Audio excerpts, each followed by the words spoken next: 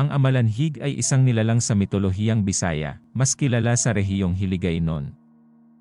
Ang amalanhig ay isang uri ng aswang na nabigong isalin ang kanilang pagiging halimaw na nagiging dahilan upang sila ay bumangon sa kanilang libingan at pumatay ng tao sa pamamagitan ng pagkagat sa leeg.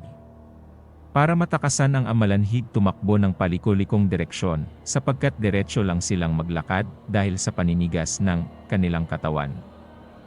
Pwede ka ring umakyat sa puno o sa matataas na bahagi ng lupa upang hindi ka nila maabot o malapitan. Maaari ring pumunta sa lawa o ilog sa dahilang takot ang mga amalanhig sa malalalim na bahagi ng tubig.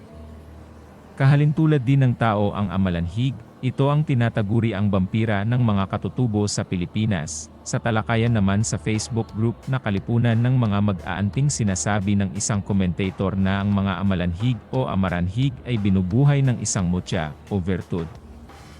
Ito ang nagsisilbing baterya upang sila ay makapagala at gumalaw. Sinasabi rin nila na ito ay lokal na bersyon ng zombie na bampira. Ito raw ay namamana o naisasalin.